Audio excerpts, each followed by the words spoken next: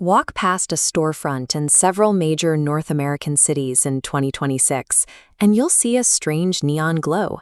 Independent VHS rental shops are opening up, and the people browsing the aisles are largely from Gen Z. In our digital reality, almost everything is immediate. Open any streaming app and an algorithm offers 40,000 frictionless choices. This massive volume triggers scrolling paralysis. We spend 20 minutes scanning thumbnails, watching nothing, and making consumption feel entirely weightless. The customers in these rental stores are searching for the physical weight of media that the digital cloud has made entirely frictionless. In the 1990s, watching a movie required physical labor. You had to travel to a store, scan crowded shelves, pick up a plastic box, and commit to a single specific choice. If you made a bad choice, you were stuck with it. You couldn't back out to a main menu. That physical and financial commitment forced you to invest your attention into the narrative playing out in front of you. This is the concept of friction. When an environment requires you to put in physical or mental effort to obtain something, the reward carries a higher perceived value. While renting a tape required commitment, recording your own was an intensive craft.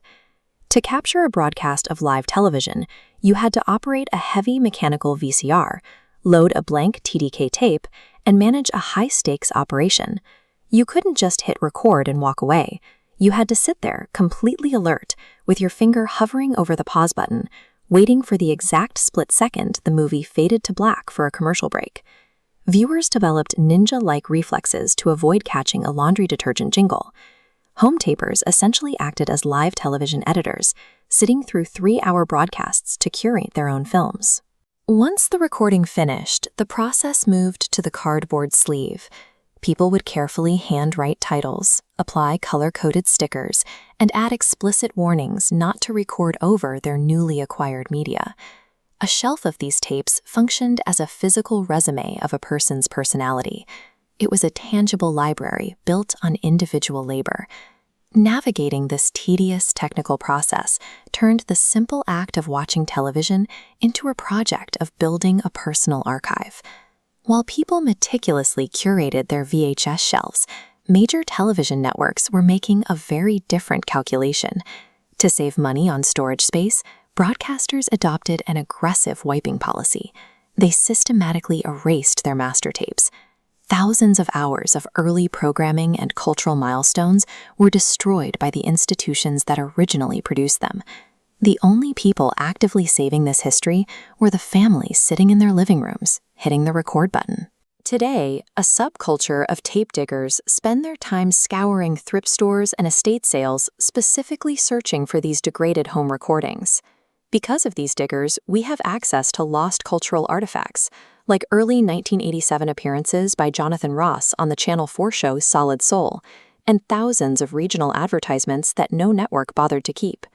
The mundane, high-friction hobby of ordinary citizens accidentally built the only surviving archive of late 20th century television history. This institutional carelessness extended to the music industry, which discarded or lost original master tapes for massive portions of its visual history.